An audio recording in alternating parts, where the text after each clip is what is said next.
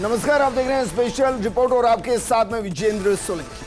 America के रक्षा सचिव general loyal Austin ने गाइडेड मिसाइल सबमरीन को मिडिल ईस्ट में जल्दी से जल्दी पहुंचने के लिए कहा है। यह सबमरीन तेजी के साथ मेडिटेरियन की तरफ बढ़ रही है। इसके अलावा तीसरे करियर स्ट्राइक ग्रुप के साथ यूएस अब्राहम लिंकन भी इस तरफ बढ़ रहा है। वहीं यूएस की ओहायो क्लास सबमरीन भी एक्टिव कर दी गई है। इसका मतलब यह है कि जंग के लिए तैयारी कर ली गई है। अब एक अटैक और फिर तीसरे विश्व युद्ध के बहाने पर आकर दुनिया खड़ी हो जाएगी, क्योंकि इजराइल पर अटैक की तैयारी कर रहे ईरान के साथ चीन ने समर्थन दे दिया है। वहीं इजराइल पर होने वाले अटैक पर इजराइल का साथ देने के लिए अमेरिका ने अपनी एयरफोर्स और नेवी को एक्टिव कर दिया है। ऐसे में सवाल यह है कि क्या खाड़ी देशों में जंग के साथ भारत में संकट के बादल मंडरा रहे हैं, क्योंकि एक तरफ ईरान है जहां भारत का चाबहार पोर्ट है जो खाड़ी देशों का द्वार है, वहीं दूसरी तरफ इजराइल है जहां से सैन्य सहायता मिलती है।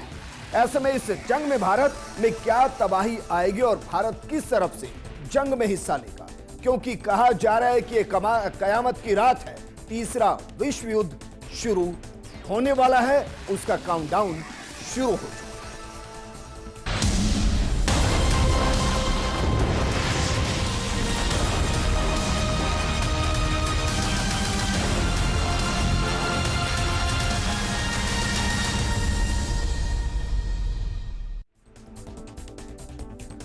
चलिए सबसे पहले आपको यही बताते हैं कि अगर तीसरा विश्व युद्ध हुआ ईरान और इजराइल के बीच में, तो फिर उसमें कौन सा देश किस तरफ से जंग लड़ता हुआ नजर आएगा। इसको जरा देखिए कि संघर्ष के बीच में दुनिया कैसे बटी हुई नजर आएगी। अगर सबसे पहले बात करें इजराइल की, डालिए जरा उसको, तो इजराइल के साथ समर्थन में कौन कौन होगा वो आपको दिखाते हैं, क्योंकि इजराइल के समर्थन में हो सकता है कि भारत हो, अमेरिका हो, फ्रांस हो, यूएई हो, ऑस्ट्रेलिया हो, जर्मनी हो। जरा डालिए संघर्ष में कैसे दुनिया बटी हुई है, जिसके साथ प्रोग्राम हम शुरू करना चाह रहे थे, क्योंकि दूसरी तरफ हमास समर्थक देश है, रूस है, ब्राजील है, दक्षिण अफ्रीका है, तुर्की है, पाकिस्तान है, कतर है, लेबनान है, अफगानिस्तान है, ईरान है और कुवैत है। तो इस तरीके से अगर ये जंग होती है तो फिर जो इजराइल की तरफ सबसे ज्यादा पावरफुल होंगे वो भारत होंगे, अमेरिका होंगे, फ्रांस होंगे, जर्मनी होगी, जबकि हमास या कहीं की ईरान की तरफ जो होंगे उसमें रूस हो सकता है, पाकिस्तान, ईरान, कतर और इसमें एक और नाम जोड़ लीजिए, वो होगा चाइना का। लेकिन क्यों यह कहा जा रहा है कि यह कयामत की रात है? क्यों यह कहा जा रहा है कि जंग शुरू होने वाली है? क्यों यह कहा जा रहा है कि थर्ड वर्ल्ड वॉर की काउंटडाउन शुरू हो चुकी है? एक एयरक्राफ्ट आपको दिखाते हैं, यह है अब्राहम लिंकन एयरक्राफ्ट। इसको जरा पहले आप तसल्ली से देख लीजिए, क्योंकि ये जितना दिखाई दे रहा है उससे ज्यादा समुद्र के अंदर विशाल है। इस पर ना जाने कितने सैकड़ों एयरक्राफ्ट के ऊपर फाइटर जेट खड़े हो सकते हैं, जिसकी एक बानगी आपको दिखाई दे रही है। लेकिन हम क्यों दिखा रहे हैं ये हम इसलिए दिखा रहे हैं क्योंकि इसके बारे में थोड़ी जानकारी, ये मेडिटेरियन सी की तरफ अमेरिका ने इसको रवाना कर दिया है। दरअसल 11 नवंबर 1989 से अमेरिकी नौसेना में यह काम कर रहा है। सैन डिएगो के नॉर्थ आइलैंड के नौसैनिक एयर स्टेशन पर इसकी तैनाती है। ये एक निमिज क्लास का एयरक्राफ्ट कैरियर है। इसे अमेरिका के पूर्व राष्ट्रपति का नाम मिला है। यह तीसरा करियर स्ट्राइक ग्रुप का प्रमुख युद्धपोत है। 1.04 लाख टन इसका डिस्प्लेसमेंट है और 1092 फीट लंबे इस जहाज की बीम 252 फीट की है। इसमें 2 परमाणु रिएक्टर्स, 4 स्टीम इंजन और 4 शाफ्ट लगे हैं। इसकी अधिकतम स्पीड 56 किलोमीटर प्रति आवर है, जो आप मानिए कि बेमिसाल है। यह लगातार 20 से 25 साल तक पानी के अंदर रह सकता है और इस जहाज पर 3200 नौसैनिक और 2480 वायु सैनिक रह सकते हैं। इसमें 14 तरह के अत्याधुनिक रडार और सेंसर लगे हैं, जो निगरानी, जासूसी, खोजबीन, हमले से बचाव की लोकेशन आदि की जानकारी देते हैं। इसके अलावा एक काउंटर मेजर स्वीट और एक टॉर्पीडो काउंटर मेजर लगा है। इस पर 2C sparrow anti ship, anti aircraft और एंटी मिसाइल वेपन सिस्टम भी लगा है। इसके अलावा 2 RIM 116 रोलिंग एयरफ्रेम मिसाइलें भी इस पर लगी हैं, जो छोटी, हल्की, इंफ्रारेड होमिंग सतह से हवा में मार करने वाली मिसाइल है। इसके अलावा 2 फ्लैक्स CIWS गन सिस्टम लगा है जो दुश्मन के हेलीकॉप्टर्स, विमान, मिसाइल, बोट, फाइटर जेट को खोज कर उन पर ऑटोमेटिकली हमला कर सकता है। इस जहाज पर 90 फिक्स विंग फाइटर जेट्स और हेलीकॉप्टर तैनात हो सकते हैं।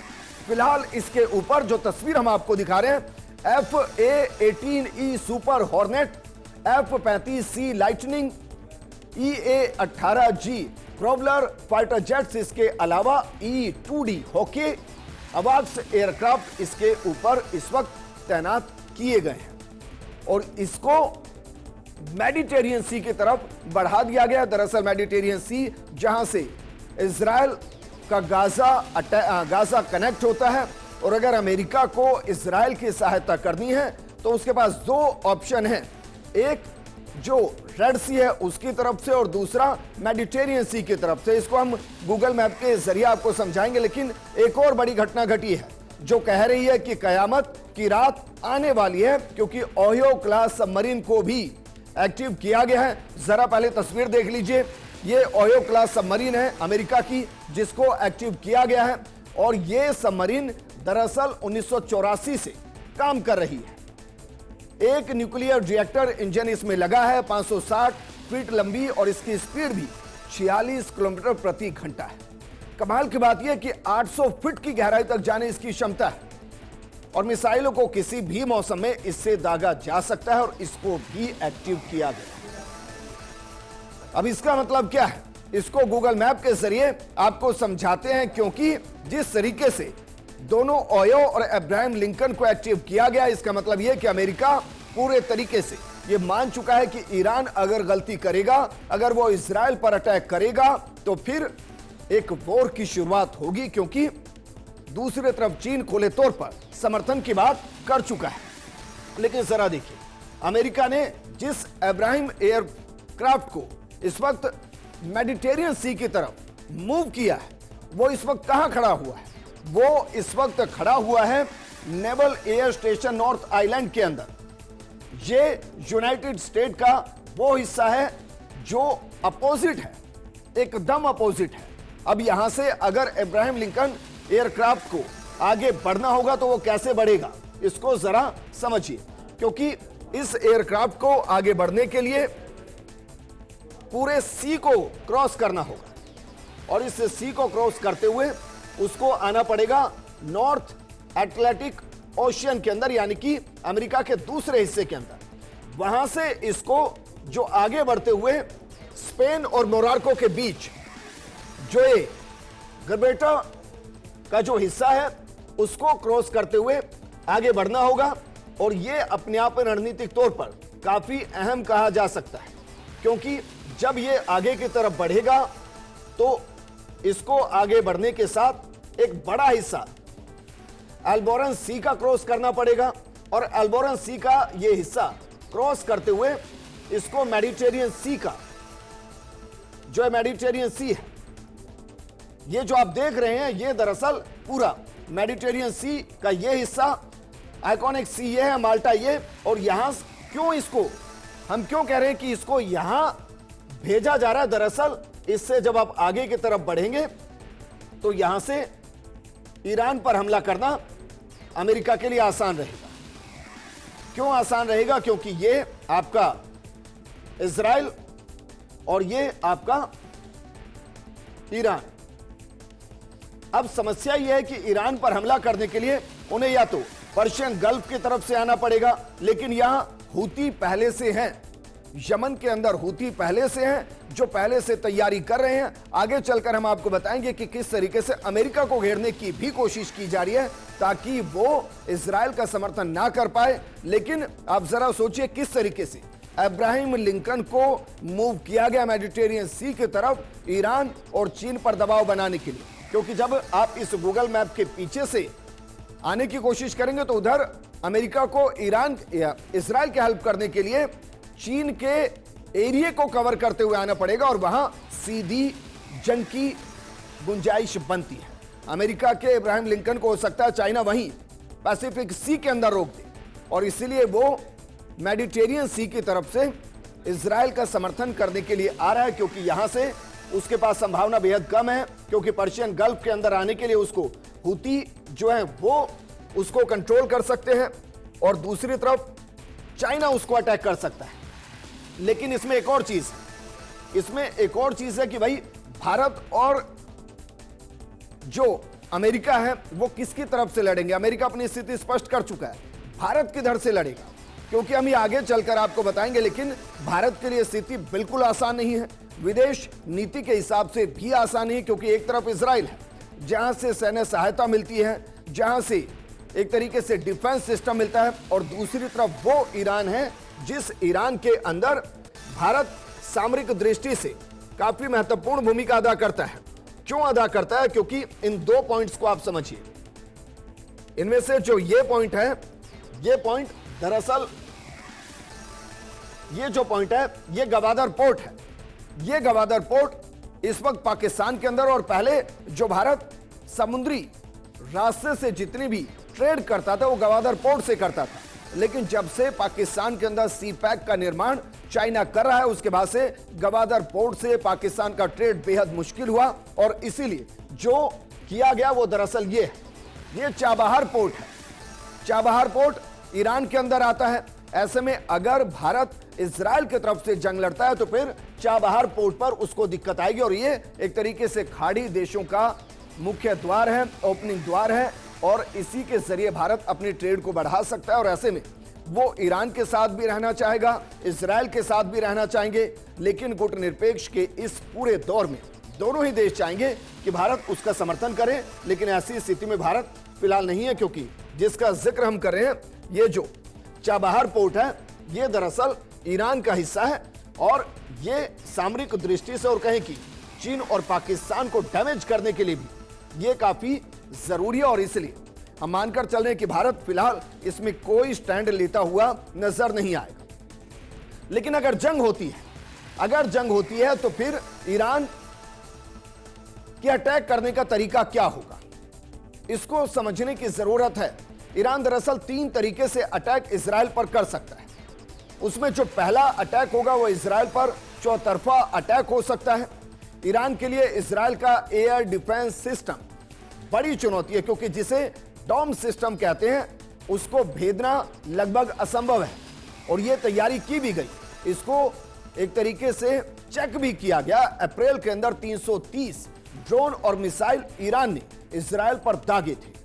लेकिन कमाल की बात यह कि कुछ ही इजराइल की जमीन पर गिरे, 90% से ज्यादा को डॉम सिस्टम है, जो एयर डिफेंस सिस्टम है इजराइल का, उसने उन मिसाइल और ड्रोन को हवा में ही खत्म कर दिया। ईरान कई दिशाओं से ड्रोन और मिसाइल अटैक अब कर सकता है, क्योंकि अगर बैक टू बैक अटैक होगा तो डॉम सिस्टम कितने को बैकअप दे पाएगा, इसको चेक करना इजराइल के खिलाफ ईरान जरूर चाहेगा। दूसरा जो है, अमेरिका सेना पर भी एक साथ हमला होगा। यह स्थिति बन सकती है, क्योंकि अमेरिका ने जिस तरीके से अपनी जंगी जहाजों को समुद्र में उतार दिया है, ईरान भी उसके बैकअप प्लान को तैयार कर रहा है। ईरान के जो प्रमुख लोग सीरिया और इराक के अंदर बैठे हैं, वो इजराइल के साथ अमेरिकी सेना पर भी घातक हमले करेंगे। खासतौर से सीरिया के उत्तर में यमन के हूती इराक के रास्ते सीरिया पहुंच गए हैं। उन्हें पूर्वी और दक्षिण सीरिया में तैनात किया गया है। इससे अमेरिकी सेना व्यस्त हो जाएगी, वहां उनके साथ जंग में उलझेगी, और इजराइल को सुरक्षा देना यह मुश्किल होगा। इजरायली एयर डिफेंस सिस्टम हजारों ड्रोन्स और मिसाइलों का हमला नहीं रोक पाएगा, और अमेरिका को एक तरीके से सीरिया में उलझाकर रणनीति बनाई जा रही है कि इजराइल से उतने वक्त तक दूर किया जाए जितने वक्त में इस जंग को अंजाम तक पहुंचाया जा सके। तीसरा जो अटैक होगा वो कई दिनों तक हमले लगातार हो सकते हैं। ईरान कई दिनों तक ड्रोन्स और मिसाइलों से हमला करता रहेगा, ताकि यह पता चल सके कि कौन सा हमला कितना सफल था, और उस हिसाब से रणनीति बदली जा सकती है। ये लोग मिलकर इजराइल के प्रमुख लोगों की हत्या कर सकते हैं, ताकि हानिया की मौत का बदला लिया जा सके। इजराइल ने दरअसल हानिया को ईरान के अंदर मारा, राष्ट्रपति भवन से महज 150 मीटर की दूरी पर मारा। लेकिन सवाल यह है कि क्या वाकई में ईरान और इजराइल दोनों की सेनाओं में कौन किस पर भारी पड़ता है? एक एक करके तीनों सेनाओं का जिक्र करते हैं। सबसे पहले ईरान की जो थल सेना है उसका जिक्र करते हैं, और देखिए जरा ईरान और इजराइल को जब हम कंपेयर करते हैं तो कौन किस पर भारी।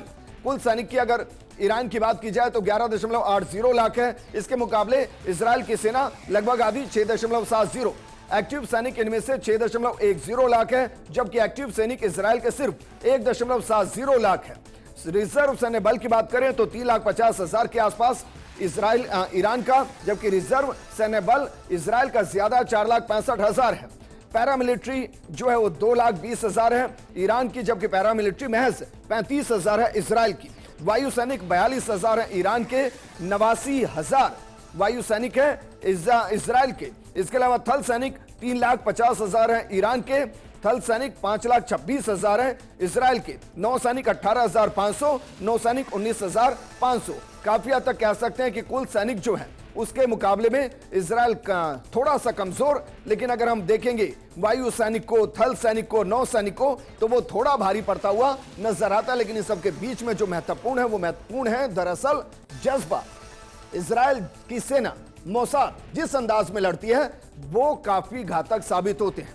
लेकिन अब आपको एयरफोर्स के बारे में बताते हैं कि इजराइल और ईरान के बीच की एयरफोर्स के बीच में अगर जंग छिड़ती है तो कौन किस पर भारी पड़ेगा, इसको भी जरा समझिए।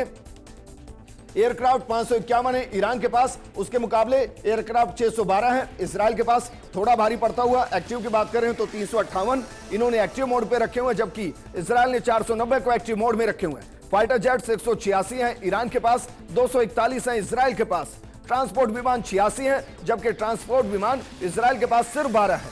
ट्रेनर्स 102 विमान है, जबकि ट्रेनर्स 155 विमान इजराइल के पास है। हेलीकॉप्टर्स 129 हैं, जबकि इजराइल यहां भी भारी पड़ता हुआ। हेलीकॉप्टर 146 हैं और अटैक हेलीकॉप्टर जो है वो 13, जबकि अटैक हेलीकॉप्टर इजराइल के पास 48 है। और इस हिसाब से अगर हम एयरफोर्स की बात करें तो इजराइल ईरान पर भारी पड़ता हुआ नजर आता है। लेकिन नेवी की बात करते हैं, नेवी में अगर इजराइल और ईरान के बीच में जंग छिड़ती है तो उसमें कौन किस पर भारी पड़ेगा। हालांकि दोनों का जो एरिया है उसमें नेवी के बहुत ज्यादा किरदार नहीं होंगे। थल सैनिक और वायु सैनिक काफी हद तक इसमें डिसाइडिंग फैक्टर होंगे, लेकिन फिर भी देखिए दोनों की नेवी किस पर कौन सी भारी पड़ती है। नौसैनिक एसेट जो हैं 101 हैं ईरान के पास, जबकि 67 हैं इजराइल के पास। फ्रिगेट 7 हैं वो ईरान के पास है, जबकि फ्रिगेट 0 है इजराइल के पास। फ्रिगेट दरअसल एक नेवल जहाज है, उस मुकाबले में इजराइल के पास कुछ नहीं है। लेकिन इजराइल को सपोर्ट करने के लिए नेवी के तौर पर अमेरिका ने अपना अब्राहिम और ओहान दोनों उतार दिए, और दोनों ही दुनिया के सबसे घातक एयरक्राफ्ट है, नेवल डिफेंस सिस्टम है। इसके अलावा कॉर्वेट्स 3 है ईरान के पास, 7 है इजराइल के पास। सबमरीन 19 है ईरान के पास, 5 है इजराइल के पास। पेट्रोल वेसल 21 है इजराइल के पास, जबकि पेट्रोल वेसल्स 45 हैं इजराइल के पास। इस हिसाब से आप कह सकते हैं कि नेवी के मुकाबले में ईरान इजराइल पर थोड़ा भारी पड़ता नजर आता है। लेकिन जंग यहां ईरान और इजराइल के बीच में नहीं, जंग यहां आपको दिखाई देगी चीन और अमेरिका के बीच में।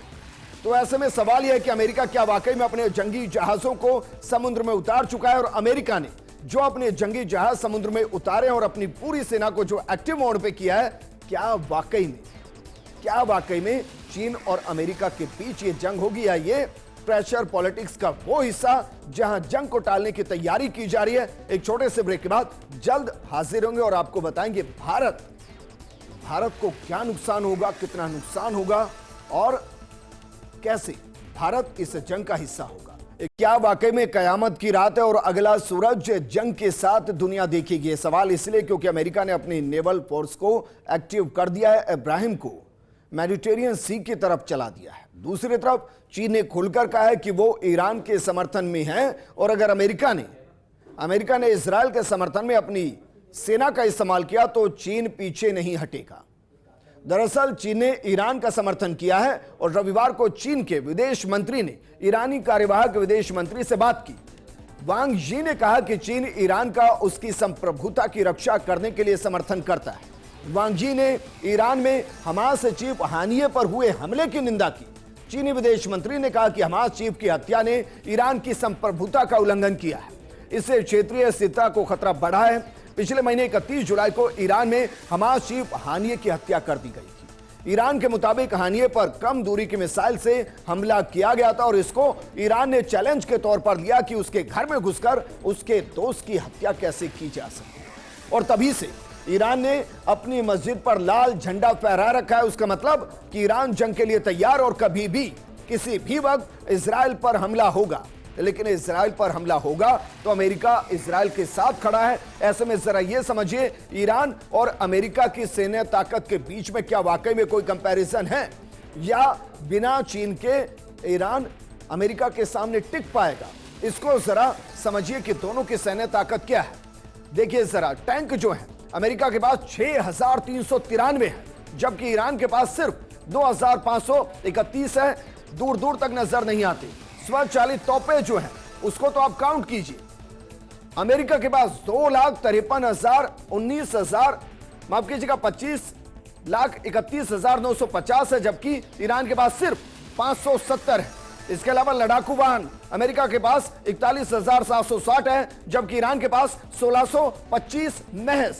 तोपों के मुकाबले में ईरान थोड़ा सा अमेरिका पर भारी, लेकिन वो इतना ज्यादा नहीं, क्योंकि अमेरिका के पास 3,269 है, जबकि ईरान के पास 4,096 है। इसके अलावा एयरक्राफ्ट 12,304 अमेरिका के पास और ईरान के पास सिर्फ 850 है। इसके अलावा लड़ाकू हेलीकॉप्टर अमेरिका के पास 4,889, जबकि ईरान के पास सिर्फ 324। इसके अलावा समुद्री जहाज और पनडुब्बियां जो अमेरिका के पास है वो 437 है, जबकि ईरान के पास 406। ये दरअसल बताता है कि अगर इस जंग में अमेरिका इन्वॉल्व होता है तो ये जंग ज्यादा लंबी सिर्फ तब चल सकती है जब चाइना इसका हिस्सा बने। लेकिन अब हम आते हैं उस मुद्दे पर कि ईरान और इजराइल के बीच में अगर जंग होती है तो भारत पर इसका क्या असर पड़ेगा, यह समझना बेहद जरूरी है। क्योंकि अगर इजराइल और ईरान का संघर्ष शुरू हो गया, जंग में बदल गया, तो भारत के डिफेंस सप्लाई पर असर पड़ सकता है।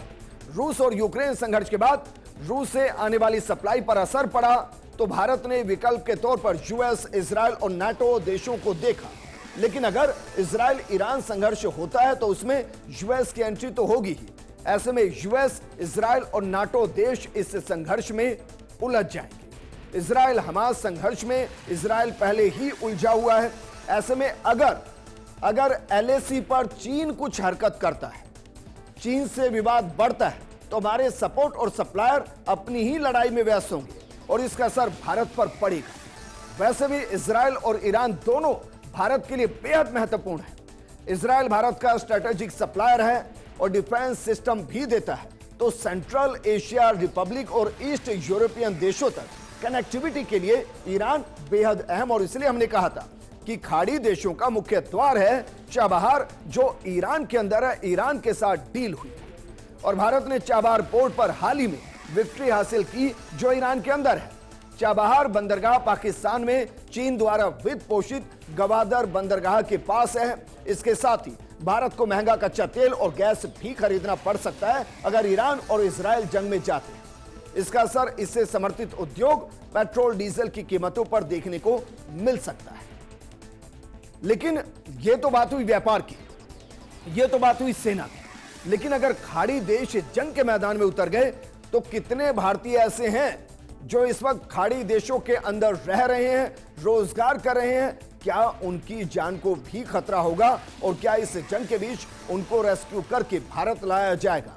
तो जरा आपको यह भी बताते हैं कि किस देश के अंदर कितने भारतीय रह रहे हैं जहां जंग की ट्रिंग ट्रिंग सुनाई दे रही है। जरा देखिए, ईरान के अंदर 12,000 के आसपास भारतीय हैं जो रह रहे हैं, इजराइल के अंदर 18,000 के आसपास, बहरीन के अंदर 3.5 लाख के आसपास, और ये वहां प्रमुख प्रवासी हैं। ये संख्या इतनी ज्यादा है।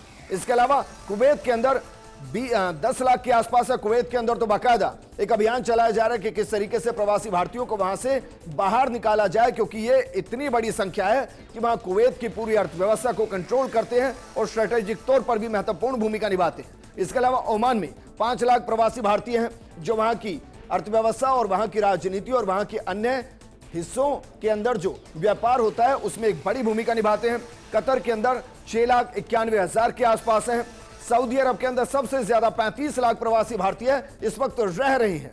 यूएई के अंदर 20 लाख प्रवासी भारतीय इस वक्त रह रहे हैं और यह संख्या लगभग 90 लाख के आसपास है, जो इस वक्त खाड़ी देशों के अंदर भारतीय रह रहे हैं और खाड़ी देशों के अंदर थर्ड वर्ल्ड वॉर की शुरुआत की घंटी सुनाई दे रही है। लेकिन क्या अमेरिका ने अपने युद्धपोतों को मेडिटेरियन सी की तरफ, इजराइल की तरफ इसलिए भेजा है ताकि ईरान पर दबाव बने और वो इजराइल पर हमला ना करे? तो क्या इस दबाव के जरिए उस संघर्ष को रोकने की कोशिश जो आगे होता हुआ दिखाई दे रहा है, या फिर ये अमेरिका की खुफिया एजेंसी ने बता दिया है कि ईरान हमला कर रहा है और ऐसे में बैकअप के तौर पर अमेरिका अपने जंगी जहाजों को भेज रहा है? और क्या यह कयामत की रात और थर्ड वर्ल्ड वॉर के शुरू होने से पहले की आहट है?